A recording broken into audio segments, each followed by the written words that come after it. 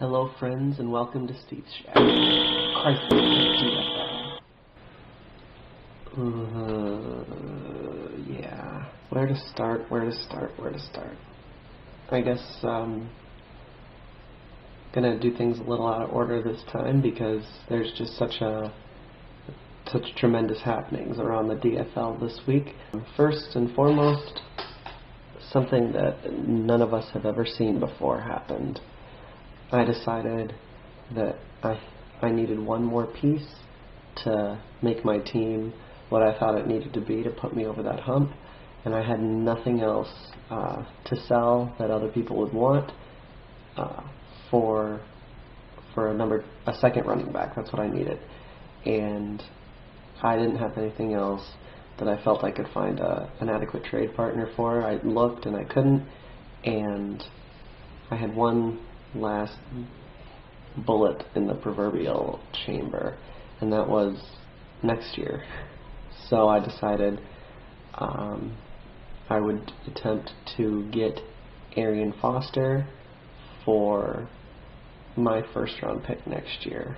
I think, and I thought that Arian Foster would definitely be able to push my team over the hump and make me into what I thought I needed to be, what I think I need to be in order to get where I want to go. I pulled the trigger on this trade on Monday, and it was tentatively approved by Jesse on that same day, and immediately there was backlash, and a lot of it. BG came out worried about league integrity, talking about unbalanced trades being at a premium. He said allowing future draft picks to be traded in a non-keeper league is ridiculous and extremely detrimental to the league. Then a bunch of other people chimed in. Devin thought it would basically open up a Pandora's box. Justin also chimed in disagreement. Alan, in conversations with me, let me know that he didn't necessarily like the idea of it. Yeah, definitely. I didn't want to do that kind of a thing. I wanted to innovate. I was trying to do something that we'd never seen before, to try something new. Immediately after seeing that I had done that, Mike went out and offered Drew Brees for somebody's first round pick next year. I wanted to see maybe a new element come into our league. I didn't want to create some sort of whirlwind controversy, everybody thinking that this kind of a thing is unbalanced or it's a bad thing. I didn't want any of that. So definitely, I'll back down on this issue at this time. I do think the idea of trading a future draft pick, maybe a next year's draft pick, is an idea that we could toy around with, we could tweak, we could turn into something maybe very cool. But there has been no rule on it, and we need to make rules about it before we implement it. I'll agree with that stance, and I'm not going to fight the will of the league. I respect all of you guys too much to do that. So the Arian Foster for next year's first round draft pick will not happen. Lead off with that. But it did open up some great avenues for conversation that we haven't had before, and I definitely think we should have. One of them being, how do we review trades? And Jesse and I met, we looked at what BG had said, and we came out with a new idea for how trades should be reviewed. You should go and read about that on the site, but basically the moral of it is there'll be a committee. There's already 3 people that have trade review authority, and we want to add one more, BG, and then we want to potentially say that every single one of those 4 people who is not involved in the trade has to agree on it. That would bring a lot more oversight into the whole trading approval process. The next thing that Jesse and I had talked about was the issue of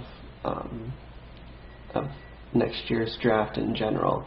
We voted to both eliminate keepers and randomize the draft order. This, I think, is detrimental to the competitive atmosphere that we're trying to create. Part of the reason Jared would really want to build his draft for next year that way is because, he has nothing left and he has no way to even plan. He wouldn't dream of giving me Arian Foster in previous years because he knows he has to build his team around that guy. He wouldn't want to sell me any of his really good players in previous years because they might be the guy that he wants to build his team around. But we took that option away. He can't know what his draft position is going to be next year. He could be the 10th overall guy and he could have the 10th overall pick. That's a problem. So with that said, Jesse and I came up with a different idea on how to look at the draft order, and rather than just going strictly the inverse of the previous season, it would be more of you win the first round draft pick. A few years ago had put that idea out there, but it was shut down in kind. But we're going to revisit that issue because maybe taking out the keeper option changes how people might feel about this. Yeah, obviously, very, very, very busy time around the DFL, and with so much happening, I felt like that would be an elephant in the room for the rest of the episode if I didn't clear the air about everything that's going on right now. Please check on the site. Please engage in the debate if you have feelings, thoughts about it. The debating process is going to be from as soon as they're up for 1 week following. Those issues are going to be brought up and brought to a vote to be effective immediately if they're voted in, and they'll be brought to a vote next week. Well, just as predicted, not too much of a shakeup in the standings. It ended up being some pretty good games, some surprisingly good games. We'll start with my game against Jared. Jared didn't really have anything going for him. Titans defense did go from 0 points last week to 21 points this week. But if it wasn't for the Titans defense, Jared would have been in the 40s. That would have been a bad day for Jared. Yeah, outside of that scoring anomaly, the two highest point getters for him were Arian Foster and his kicker. Not much good going on for Jared right now. My team, I was glad to be able to survive the multiple byes by many of my team members. I actually had a pretty balanced effort from the top portion of my team. It was nice to see Mario Manningham get me a touchdown. AJ Green is continuing his uptrend. Ray Rice he pulled out of that hole in a big way with 3 touchdowns and 99 total yards. And Tom Brady put up 17. Stability is what I need in the worst possible way, and this was an encouraging week from that standpoint. I picked Hedgie to beat BG, and by about 9 points, he just barely managed to lose. But Hedgie had a great showing by Hedgie standards, and the statement of abandon hope, all ye who start Jeff King, turned out to be terribly true. Eli Manning and Frank Gore were clutch for him. They put up the points they needed to, but Larry Fitzgerald is really struggling right now with Kevin Kolb just being shown to be a very below average quarterback right now. Outside of the two guys, Hedgie didn't get more than 10 out of anyone, and BG managed to string together at least a few players with double digits. They weren't like flashy double digits, they were like 10.5, 11-point performances, but when you're playing a guy who doesn't really get any, that's all you need. The Nate Washington pickup, I think, is going to end up being a very valuable pickup, especially at the number 3 wide receiver position. The bad news for BG coming out of this game is Ahmad Bradshaw got hurt, and it looks now like he's going to be out indefinitely. Broken hand, not a very good thing for a running back to have. With the win, though, BG does maintain his place at the top of the Red Division. Well, we predicted that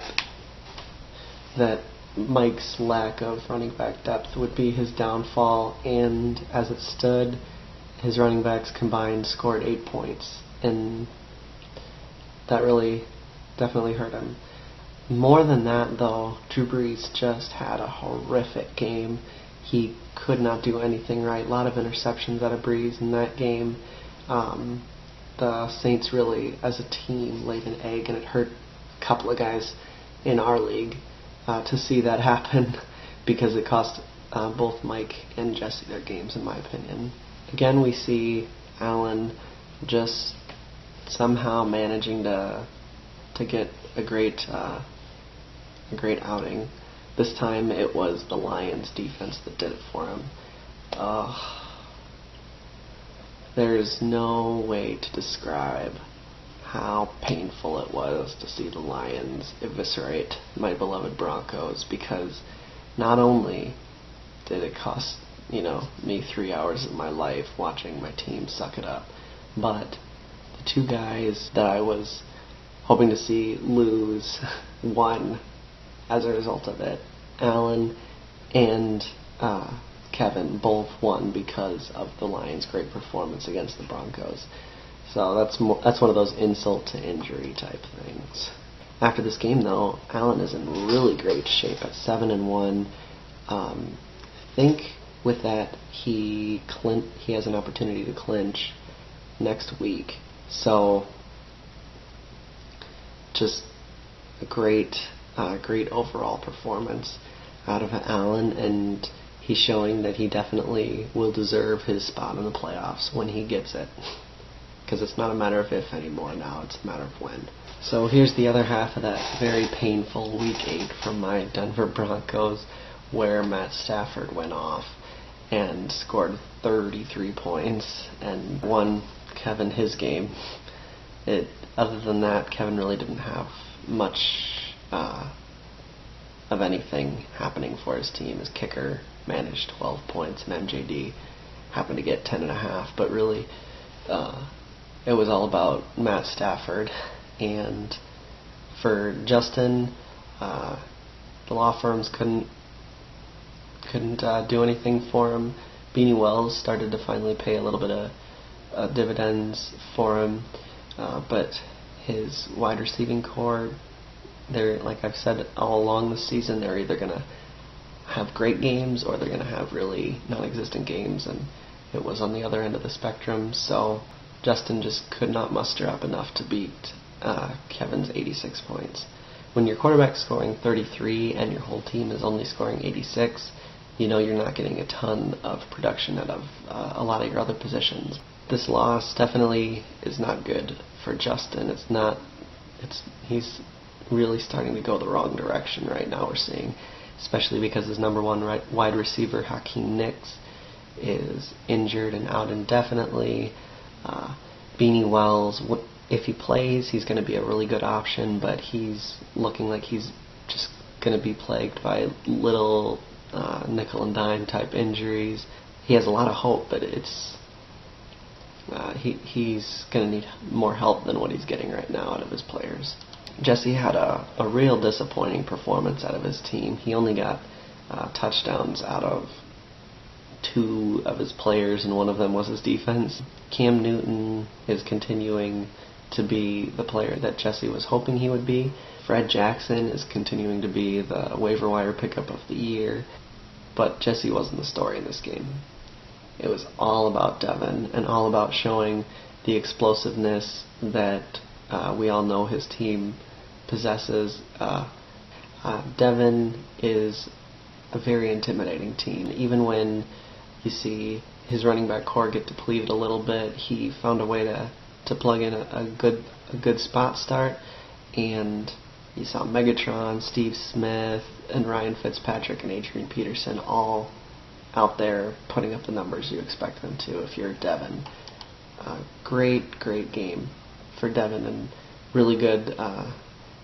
It's good to see him to perform like this, as long as I'm watching it from a distance, because I do not want to play this guy.